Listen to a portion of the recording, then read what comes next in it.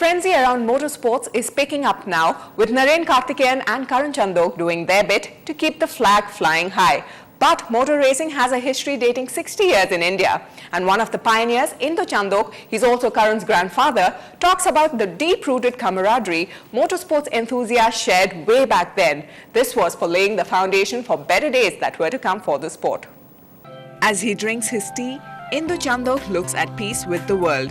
But behind the calm and content face lies a mind that's ticking as fast as a racing car, often taking him back to the good old days when the Madras Motorsports Club began.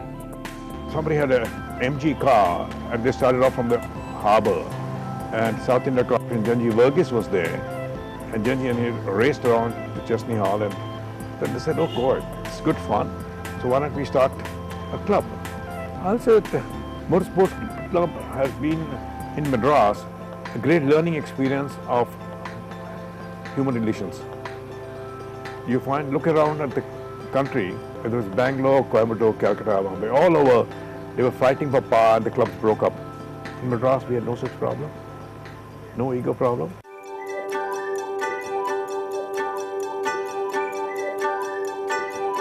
Visionaries like M.A. Chidambaram and K.V. Srinivasan wanted to develop a track to ensure Madras became a hub for racing. And an Indian Air Force field at Sholavaram, which was not in use, was chosen.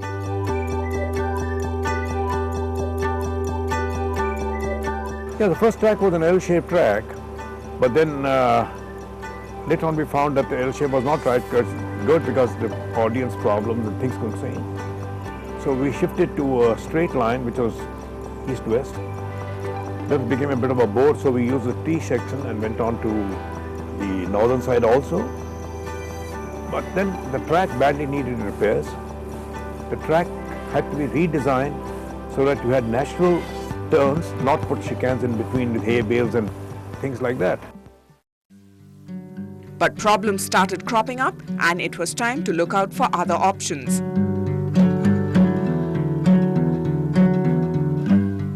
Ergarakoti is something I couldn't pronounce, and since I was a key man on building the racetrack, they said, what can you pronounce? And I said, Sri Perambatur. He said, that's 6 kilometers away. I said, that's all I can pronounce. But actually, we bought land from the farmers at 2,000, 2,500 rupees per acre.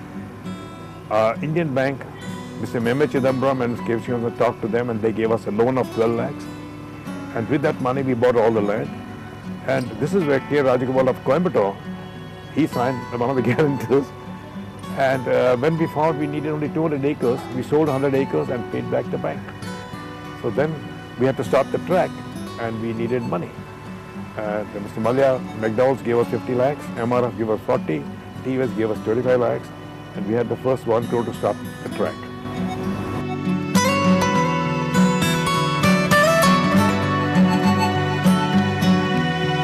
And ever since, the track has seen the rise of Indian racing legends like Karthikeyan, Arman Ibrahim and Indu's grandson, Karun Chandhok. What goes around always comes around. And now it's time to pay tribute to a classic car that can cast a spell on a person with its dashing looks and long lines. The spell wears off only and only if you know you're going to get a chance to drive it. And for that, you need complete hold of your senses. You can't dodge this one. The Kingsway. That was Chrysler's answer to the world when the ride became rough for Dodge dealers outside America in the late 40s till the 50s. From 1946 to 59, the company took a Plymouth and added the supremely beautiful Dodge bumpers and trim to give it a regal look.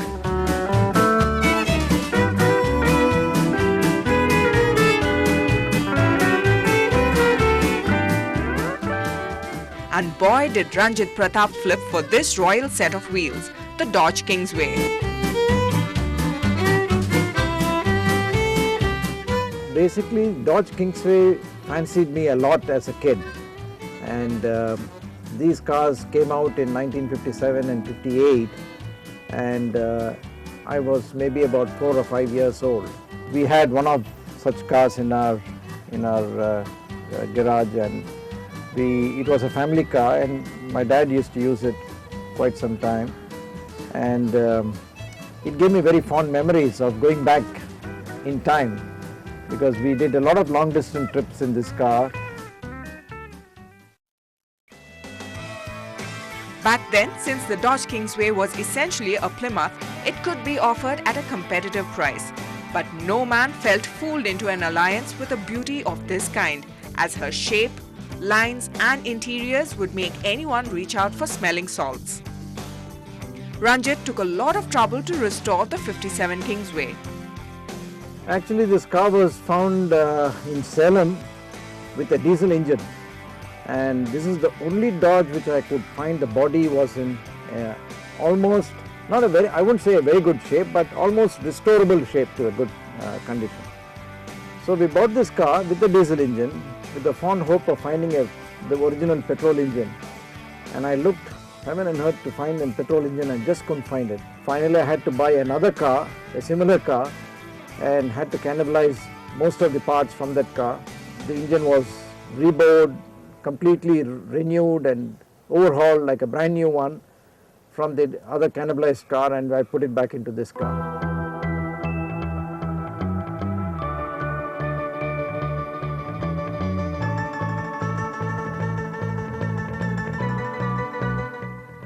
The inline-6 petrol engine needed a lot of work, though once done, the Dodge was back to full form.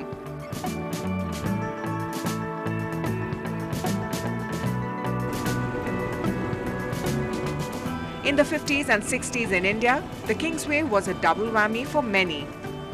A status symbol to drive into office, as well as a spacious car to vacation in. Why, you could even empty out an entire cupboard into the boot of the vehicle.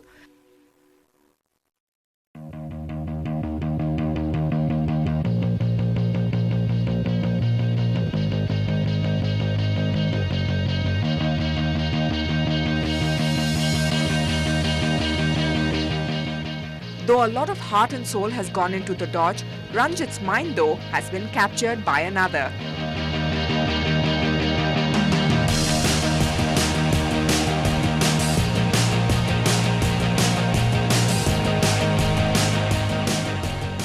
I think the Dodge would come in a ladder of number 3, because the favorite car of mine is the MG, which has been fully restored again. It's a 1953 MG, which I had a fancy for this for many years, because I don't know whether you have seen that movie Love Story many years back in 1970s when it came out.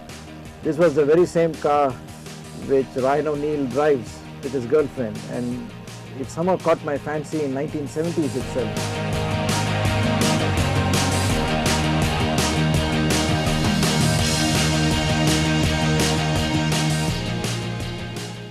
The 53 MG is one of the 30 classic cars that fill up Ranjit's garage. Among others, a 66 Ford Mustang, a 67 Jaguar, a 68 Rolls-Royce and a couple of Mercedeses from the same time. Needless to say, Ranjit will be seeing a lot more of us and a lot less of his cars in the future.